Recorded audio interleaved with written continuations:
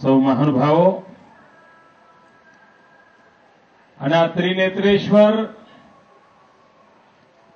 દાદાની કૃપા માટે પધારેલ સૌ ભાવિક ભક્તજનો,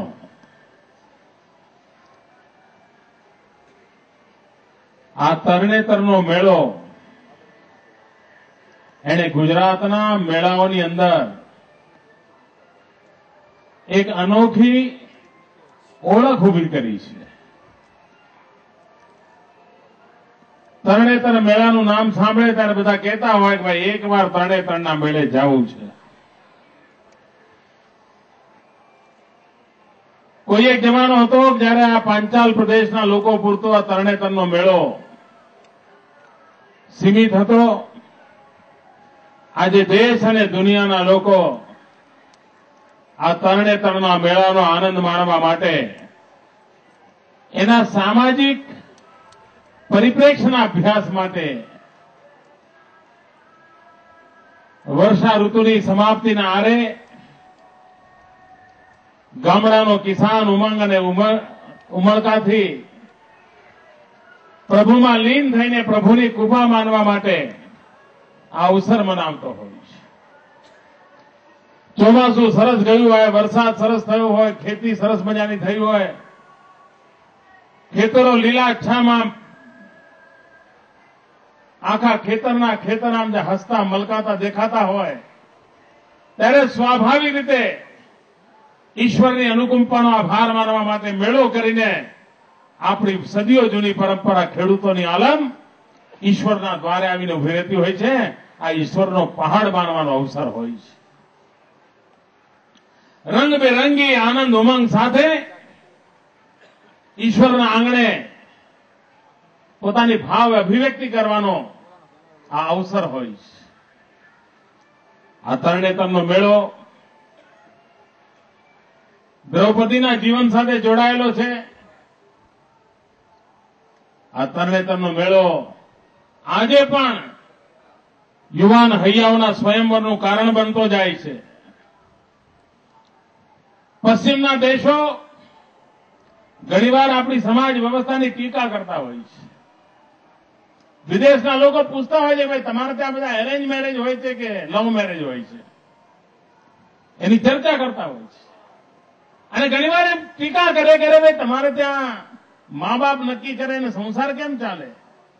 એ જાતે નક્કી કરનારના 12 મહિનામાં 2 વાર તૂટી જાય છે.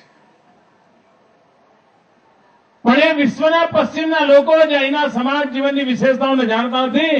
આ મેળો કદાચ સમાજ જીવનની એમની જે ધારણાઓ છે એને ચૂર કરી નાખે એટલી બધી ઓપન સોસાયટીના દર્શન આ મેળામાં થતા હોય છે કે જ્યાં નવયુવાન જીવનો પોતાના સાથીને પસંદ કરવા માટે મેળાની અંદર એક પ્રકારનું સામાજિક સાંસ્કૃતિક વાતાવરણમાં પસંદગીના સામાજિક જવાબદારીઓનો જીવન નૌકાને ચલાવવા માટેનો એક પથ કંડારતા હોય છે.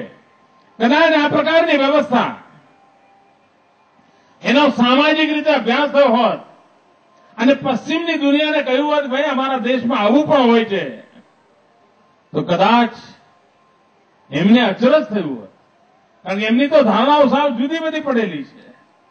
એવી વિશ્વના પશ્ચિમી વિચારોની ધારણાઓને તોડી ફોડી નાખનાર આ એક મેળાની તાકાત રહેલી છે મિત્રો. અને આ તો ભાતીગળ જિંદગી વાળું જીવન એના ખૂણે ખાંચે આ બધું પડ્યું છે. અને અમસ્તાએ જન્માષ્ટમીથી લઈને નવરાત્રી સુધી, દિવાળી આવે ત્યાં સુધી ખેતીનું કામ અને બીજી બાજુ આનંદ ઉત્સવનો માહોલ એ આપણા લોકજીવનની વિશેષતા રહી છે. અને એ લોકજીવનની વિશેષતાનું એક મહત્વના અંગ એટલે આ તરણેતરનો મેળો. ભાઈઓ બહેનો, આપણે ત્યાં મેળો લોકશિક્ષણનું પણ કામ કરતો રહ્યો છે. મેળાની અંદર લોકશિક્ષણ માટેની સદીઓ જૂની પરંપરા રહી છે. જ્યાં સમૂહ એકત્ર આવે ત્યાં સમાજ જીવનમાં શિક્ષણ માટેની પણ વાત થતી હોય છે.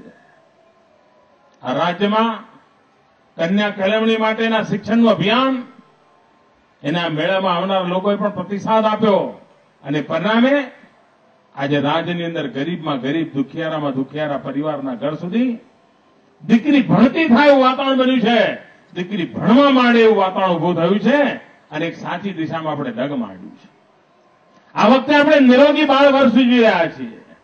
અહીં આવેલ બધી માતાઓ બહેનો મારી વિનંતી છે કે આપ રાજ્યની નિરોગી બાળની અંદર ભાગીદાર બનો.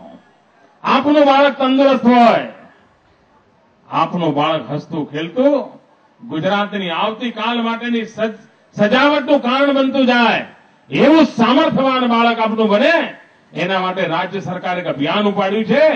આપનું બાળક સશક્ત બને, આપણું બાળક તંદુરસ્ત બને, આપણા બાળકનો સંપૂર્ણ વિકાસ થાય, એના માટે રાજ્ય સરકારે એક નિર્મળ ગુજરાતનું અભિયાન ઉપાડ્યું છે.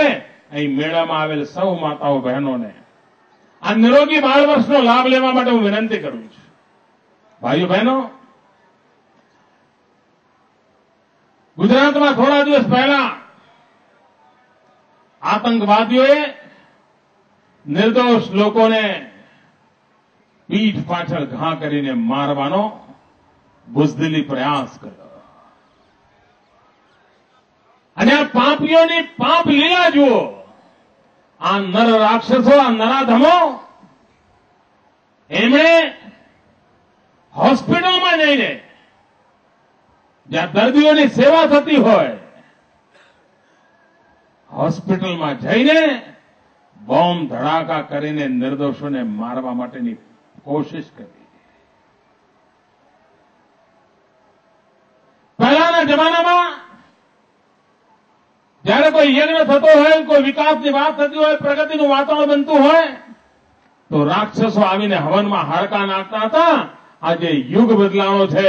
ગુજરાત જયારે વિકાસનો યજ્ઞ કરી રહ્યો છે ત્યારે આ હવનમાં હાડકા નાખવાનું કામ આ આતંકવાદી રાક્ષસો કરી રહ્યા છે. અને જેમ ભૂતકાળની અંદર આ નરાધમોને ઝેર કરવામાં આવ્યા, આ યુગમાં પણ આ નરાધમોને ઝેર કરવાનો આપણે સંકલ્પ કરીને ગુજરાતના વિકાસ યજ્ઞને પ્રજ્વલિત રાખવા માંગીએ છીએ. આ વિકાસ યજ્ઞની જ્વાલાઓમાંથી નીકળતી જ્યોતિ ગુજરાતના ગરીબમાં ગરીબ માનવીના સુખનું કારણ બને એ માટેની એક મથામણ આપી છે. પણ સામાન્ય રીતે રોગચાળો થયો હોય તો તંદુરસ્ત માણસને પણ રસી મુકાવવી પડે. રોગચાળો થયો હોય તો ગમે તેટલા આપણે તંદુરસ્ત હોઈએ તો પણ આપણા શરીરની તપાસ કરાવવી પડે. એમાં એમ ના ચાલે કે હું તો હવે તંદુરસ્ત છું, મારે શું. આ રોગચાળાની અંદર તંદુરસ્તમાં તંદુરસ્ત માણસે જેમ કાળજી લેવાની હોય, એમાં આતંકવાદનો જયારે રોગચાળો ડોકિયા દેતો હોય ત્યારે તંદુરસ્તમાં તંદુરસ્ત, સમજદારમાં સમજદાર, દેશભક્તમાં દેશભક્ત નાગરિકે પણ એની અંદર 2 ડગલા આગળ વધીને સહકાર કરવો જોઈએ. અને તો જ આતંકવાદને ઝેર કરી શકીશું.